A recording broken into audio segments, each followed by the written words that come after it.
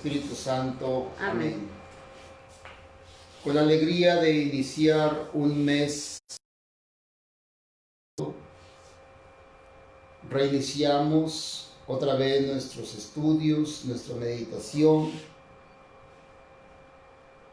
Quiero terminar este evangelio y posteriormente, ya de acuerdo a cómo tengamos distribuida el tiempo en la parroquia, pues veremos si podemos hacer un curso rápido de otro evangelista, de un tema, en fin, ya veremos para no perder estos momentos bonitos de meditación.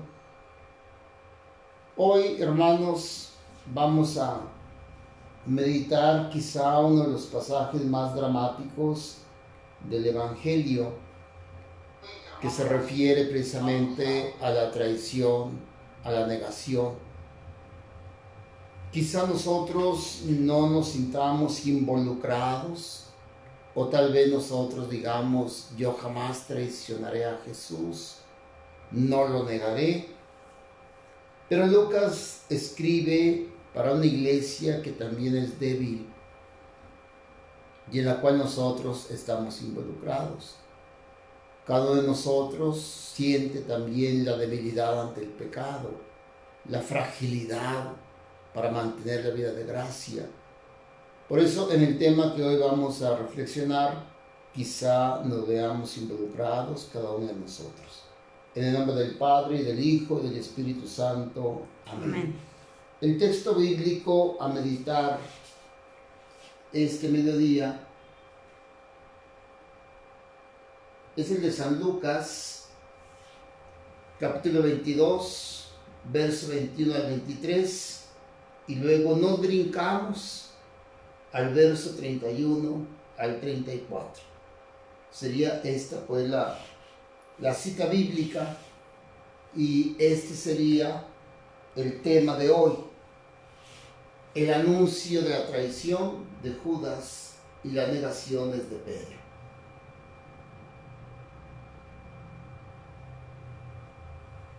Aquí está el texto. Dice Jesús: la mano del traidor está sobre la mesa junto a mí, porque el Hijo del Hombre va por el camino que he señalado, pero ay de aquel que lo va a entregar. Entonces comenzaron a preguntarse unos a otros quién de ellos sería el que iba a hacer eso. Luego dijo: Simón, Simón, mira que Satanás ha pedido poder para zarandearlos como el trigo, pero yo he rogado por ti para que no te falte la fe. Y tú, después de que hayas vuelto, confirma a tus hermanos. Señor, le dijo Pedro, estoy dispuesto a ir contigo a la cárcel y a la muerte. Pero Jesús replicó: yo te aseguro, Pedro, que hoy, antes que cante el gallo, habrás negado 3 veces que me conoces. Palabra del Señor. Gloria y honor a ti, Señor Jesús. Este es, pues, hermanos, el texto. Aquí hay muchos elementos que nos pueden ayudar a hacer una buena meditación, una buena reflexión, sobre todo para estos tiempos que estamos viviendo tan críticos, tan difíciles, pero que también son textos alentadores. Si bien una leída así, un tanto superficial del texto, nos podría, como dice el tema, dejar un amargo sabor de boca, en cuanto que Jesús habla de negación de Pedro, y podríamos decir: qué texto tan dramático, tan difícil. Pero hay elementos en una lectura más profunda, más detenida. Qué hermosa misericordia de Cristo derrama para todos nosotros. Por eso voy a hacer esta meditación pidiéndole al Espíritu Santo que me ayude para que pueda transmitir lo que yo también he vivido, traiciones, negaciones a Jesús, pero que también he sentido esa misericordia, esa gracia que el Señor derrama sobre mi persona, y yo siento que es la misma ternura con que Jesús nos contempla a cada uno de nosotros. Bien,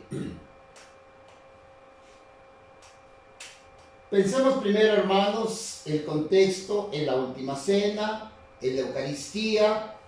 Jesús ya ha dado a los discípulos el poder para hacer aquel memorial. Hagan esto en memoria mía. Es el momento en que el Señor en la última cena dio el sacerdocio y la Eucaristía como memorial. Y qué doloroso debió haber sido para Jesús que, habiendo dado ya la Eucaristía, esto es mi cuerpo, esta es mi sangre, y luego haber dado la potestad sacerdotal a los discípulos, Él sienta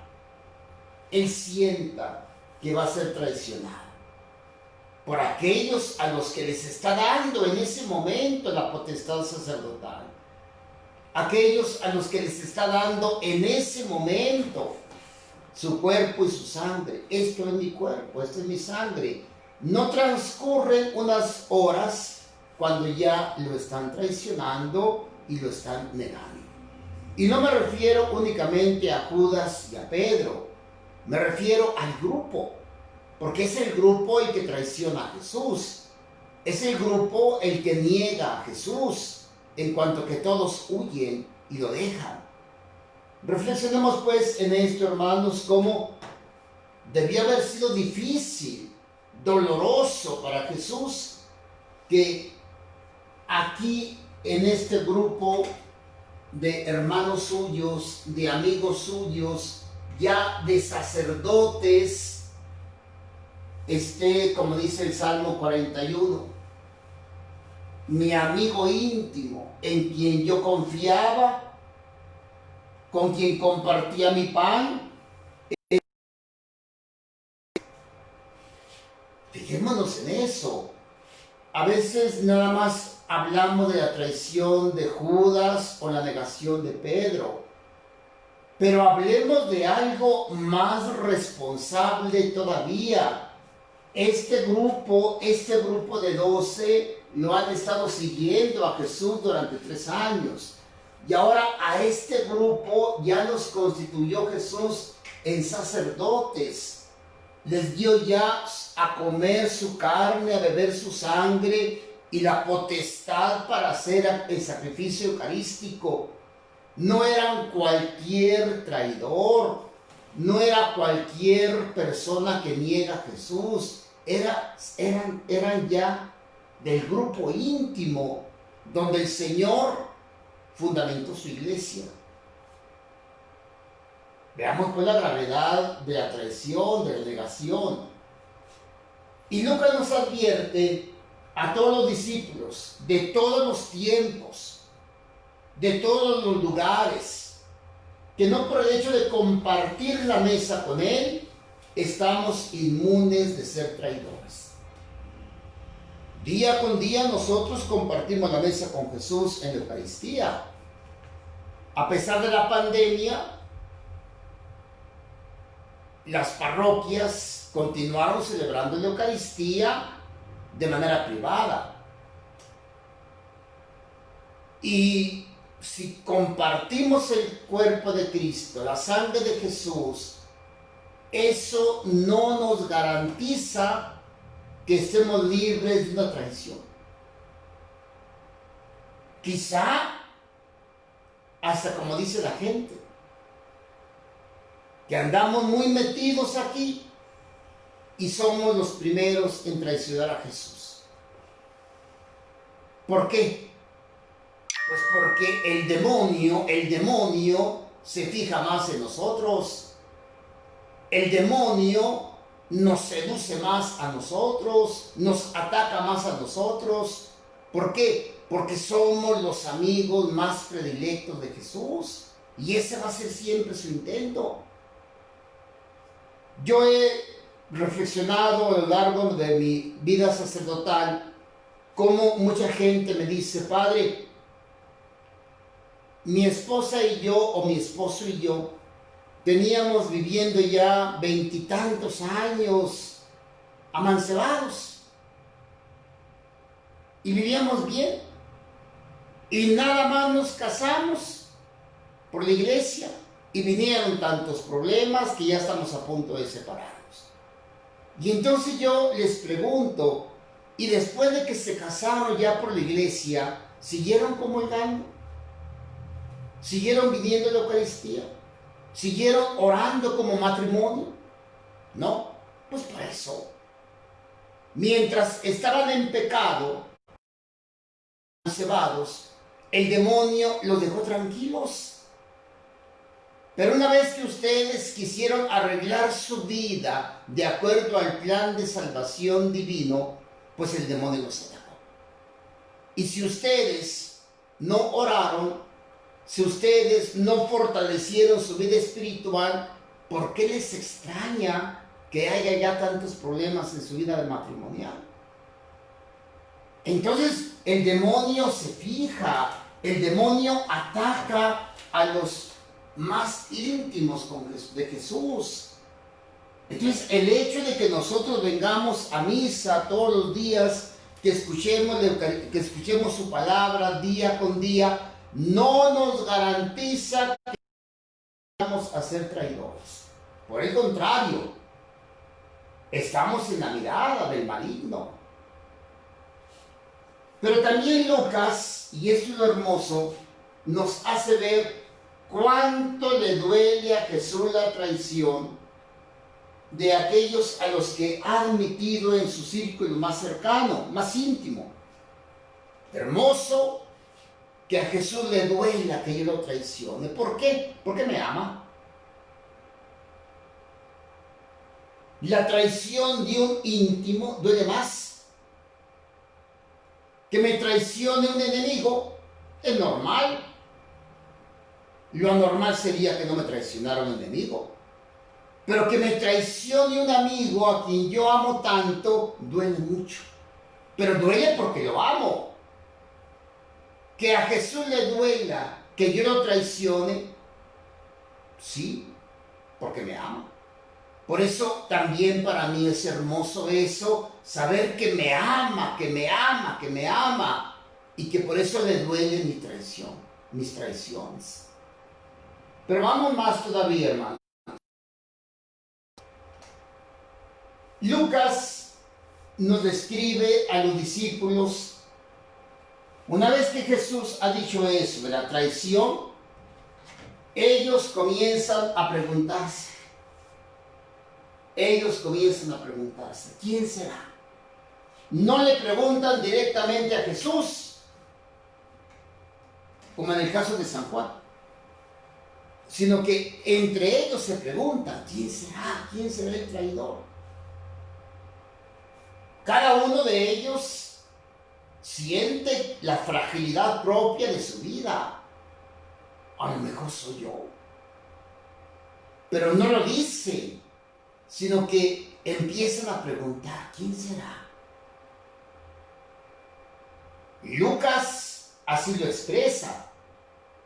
Pero en realidad cada uno de ellos, con tanta fragilidad, con tanta debilidad, sin duda se sintió implicado. Y a veces uno disfraza su culpabilidad o su debilidad haciendo preguntas. ¿Quién será? Pues eres tú. Tú eres. Siéntete involucrado en esto. Pero a veces nos da miedo enfrentar la realidad, enfrentar nuestra propia debilidad, nuestra propia fragilidad. Bien. Judas es el traidor. Judas es el que lo entrega.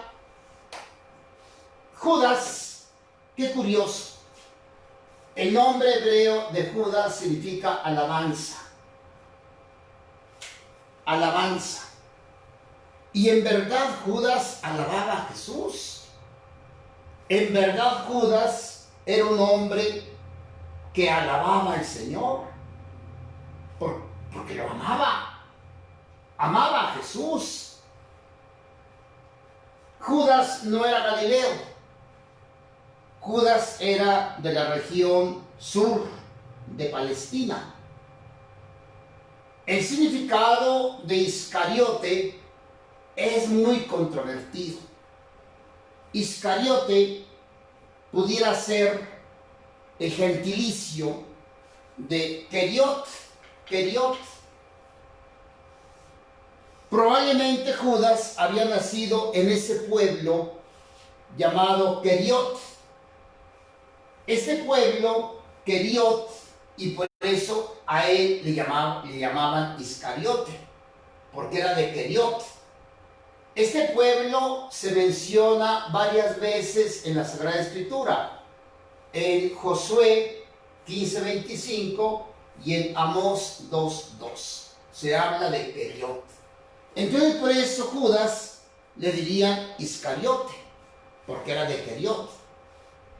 Hay otra versión, el de San Juan, que dice, y Judas, pero Iscariote es el papá.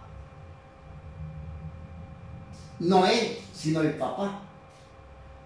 O sea, ese término Iscariote es controvertido. Pero también ese término Iscariote pudiera significar sicario. Porque había un grupo político religioso de los judíos que estaban siempre con la idea de acabar con los romanos, con los invasores. Recordemos que el Imperio Romano invadió Palestina, la tierra sagrada de Jesús, y ahí estaban. Ahí estaba el procurador Poncio Pilato, que era romano, y ahí estaban los soldados romanos. Y entonces había un grupo que eran los celotas, o también les llamaban sicarios, porque aprovechando la multitud, ellos traían una sica, era un cuchillo, pero así en forma de rozadera. Y entonces lo traían en la cintura, muy disimulado, aquella sica. Y cuando venían los romanos, así entre la multitud, por las fiestas, por lo que fuera, ellos sacaban la sica y los mataban. Y así entre la multitud no se sabía ni quién. Ese grupo era un grupo político, religioso, fanático, que tenía la consigna de matar o de sacar a los romanos, porque estaban profanando la Tierra Santa. Pudiera también decirse que Judas fuera un sicario y luego ya después se convirtió en apóstol, así como Simón. Simón, otro discípulo, de ese se habla explícitamente. Simón, el celota, de ese se habla así. Otro discípulo de Jesús llamado Simón, no Simón Pedro, sino Simón el celota. Pues hay muchas cosas. Y otros dicen que la palabra Iscariote significa traidor, como Juan, por ejemplo. El apóstol San Juan, en su evangelio, habla explícitamente de eso, que Judas, Iscariote significa traidor.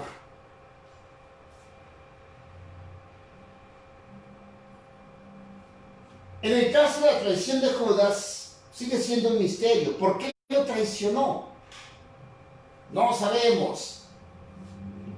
Hay un dicho, un adagio, de lo interno ni la iglesia. de lo interno ni la iglesia. No, de lo interno, ¿quién puede juzgar? ¿Quién puede juzgar lo que hay en el corazón de una persona? ¿Por qué actuaste así? ¿Movido por qué? Hay muchas interpretaciones, pero no nos corresponde ahorita a nosotros exponerlas, sino simplemente fijarnos en el hecho. Hay una traición, y la traición a un amigo que invitó a Judas a seguirlo, un amigo, Cristo, que nunca forzó la voluntad de nadie, sino que respetó profundamente la libertad. Entonces, Cristo era encantador en su forma de amar, de estimar, en su forma de predicar, incluso hasta en su... Pero respetaba la libertad humana, siempre la respetó. Ese es el precio también. Es muy fácil pensar, lo vendió por 30 monedas, pero no es tanto eso. Cuando nosotros reflexionamos, por ejemplo, en las costumbres judías, si yo iba a acusar a una persona ante el Sanedrín era el consejo de ancianos que funcionaba a manera de tribunal.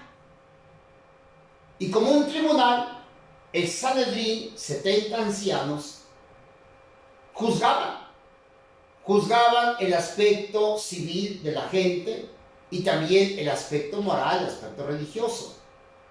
Si yo iba ante el Sanedrín y acusaba a una persona, esta persona dijo esto de Dios, esta persona dijo esto de la religión, esta persona blasfemó contra el templo, contra nuestra ley, etc.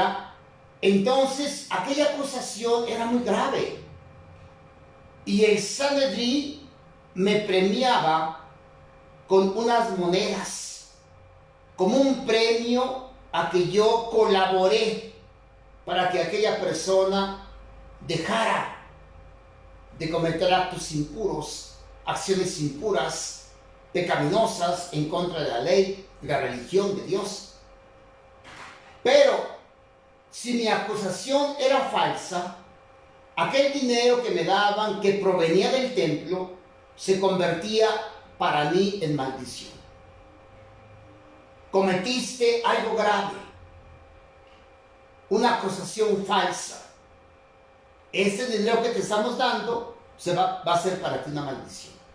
Si mi acusación era verídica, entonces ese dinero se convertía para mí en bendición de Dios. Entonces no fue el dinero lo que motivó a Judas, porque una vez cuando Judas contempla todo lo que le está pasando al Señor, ¿qué hace Judas? Arroja el dinero. No fue la ambición, fue otra cosa que nosotros todavía ahorita no podemos entender, porque el corazón del hombre, ¿quién lo entiende? Sino únicamente Dios. Entonces, nosotros ante esta situación de Judas debemos prevenirnos. Ah, Judas, qué traidor, pero prevén también tú. Sé precavido, porque también tu corazón se puede hacer individualista, tu vida se puede hacer autónoma, de decir, ¿yo para qué necesito a Dios? Y entonces, en vez de ponerme al lado de Jesús, pues voy a estar en contra de Él. Esa es la traición también. Cuidado, porque nuestro corazón se puede pervertir. Cuidado, porque también cuando nosotros le permitimos al demonio entrar en nuestra vida, él encuentra acomodo. Y después, nuestra forma de pensar, nuestra forma de actuar, ya no es como la de Cristo. Y sin darnos cuenta, ya no estamos del lado de Jesús. Sin darnos cuenta, poco a poco vamos a estar en contra del Señor, de su doctrina, de su evangelio, de su vida, de su persona.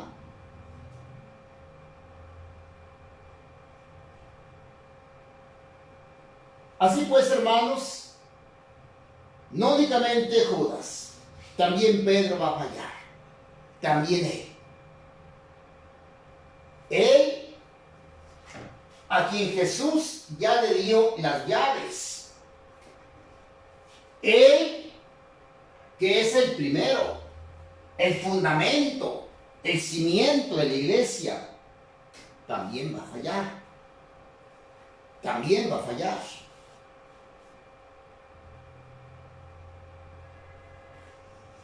Y entonces vean, hermanos, cuando ya Jesús habla con Pedro. El demonio, dice Jesús a Pedro, quiere cribarte como el trigo. Cribarte. El trigo se criba, se filtra para separar lo útil de lo inservible.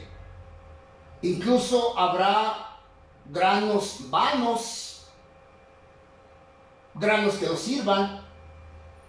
Durante la pasión del Señor, Pedro va a ser zarandeado por el demonio.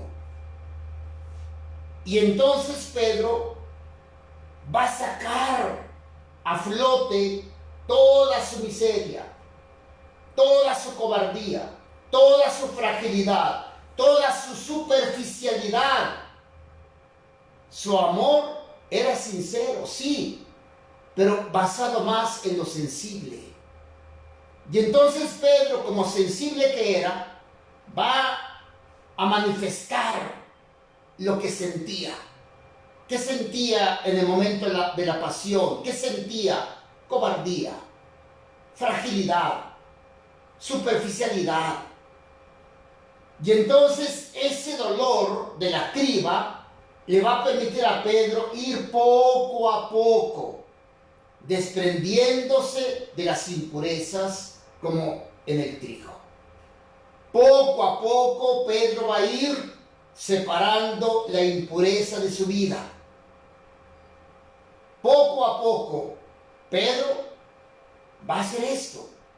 Se va a dar cuenta cuántas cosas traía sepultadas en lo profundo de mi alma que no las saqué a tiempo. Cuántas cosas nosotros también no manifestamos a tiempo. Pedro pasará momentos muy duros. Pedro perderá mucho, hasta la confianza en sí mismo. Pero su fe no se va a malograr. No se va a malograr. ¿Por qué? Aquí está la respuesta. ¿Qué le dice Jesús? Todos los discípulos serán tentados y todos desertarán ante el peligro. Ya lo ven, ya lo vimos nosotros. Pero el Señor reza singularmente por Pedro. Reza por él. Yo he rogado por ti. Así le dice Jesús textualmente a Pedro. Yo he rogado por ti. De manera singular, de manera particular. Y luego le anuncia la negación. Jesús le anuncia a Pedro, le vas a negar. Yo he rogado por ti. Hay una cosa, una frase, esa frase es muy impactante, la que sigue aquí. Dice, confirma a tus hermanos una vez que hayas vuelto. Confirma a tus hermanos una vez que hayas vuelto. ¿Que hayas vuelto de dónde? Pues fíjense que el verbo volver significa regresar para comenzar una relación de comunión.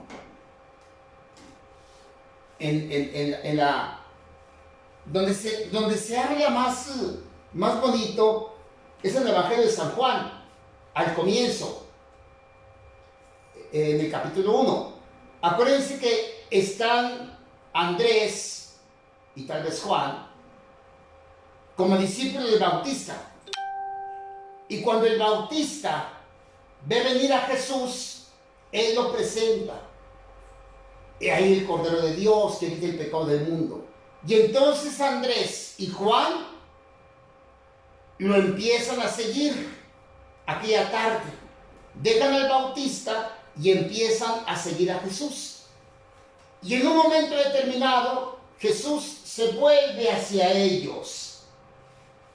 San Juan usa un verbo en griego, dice strefo.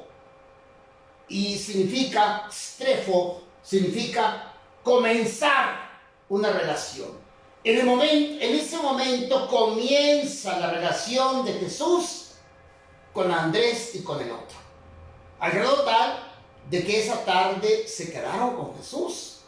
Los que antes eran discípulos del Bautista, ahora comienzan una relación de discipulado con Jesús.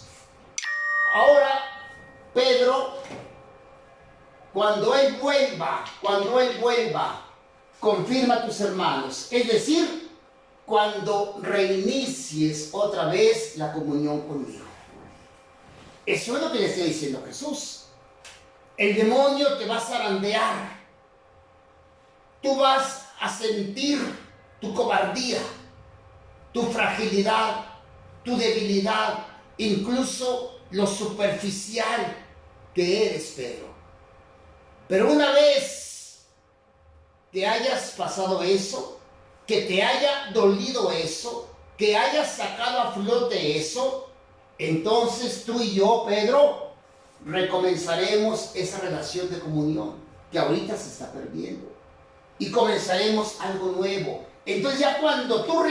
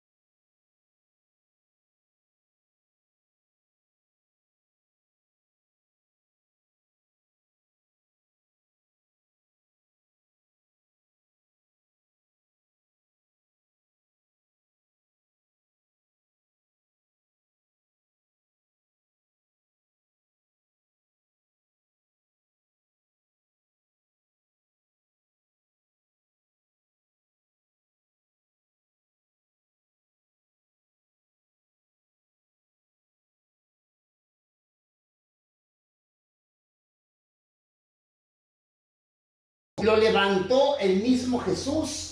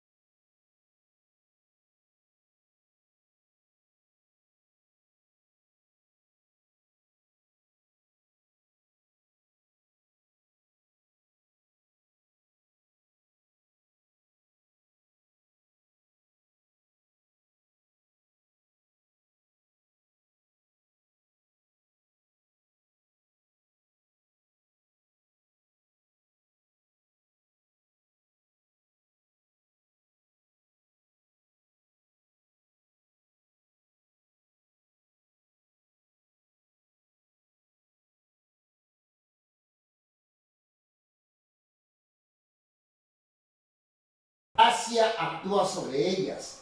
Señor, pero pues, ¿qué méritos tengo? La gracia actúa. Entonces siempre debemos mantener en nuestra mente y en nuestro corazón que la gracia actúa sobre todo. ¿Y qué es la gracia? La gracia es Dios. Dios está actuando en tu vida matrimonial. Dios está actuando en tu vida de joven. Dios está actuando en mi vida de sacerdote. Dios está actuando en todos nosotros, por encima de nuestras capacidades, de nuestras virtudes, de nuestros méritos. Siempre la gracia estará actuando como actuó en Pedro.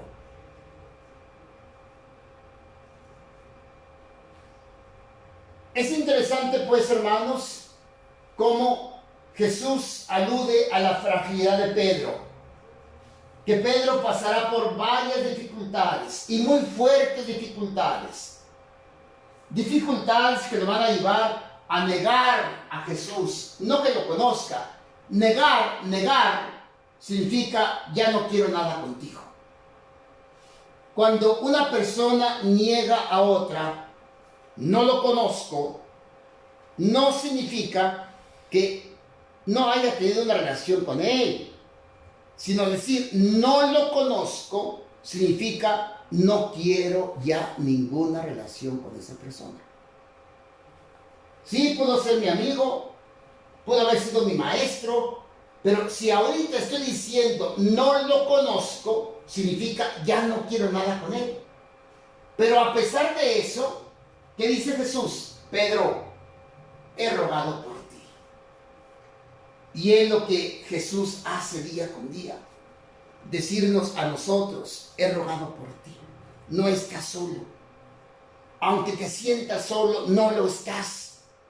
Aunque estés pasando por muchas crisis, quizás hasta por enfermedades, por lo que sea, dirá Cristo siempre, he rogado por ti.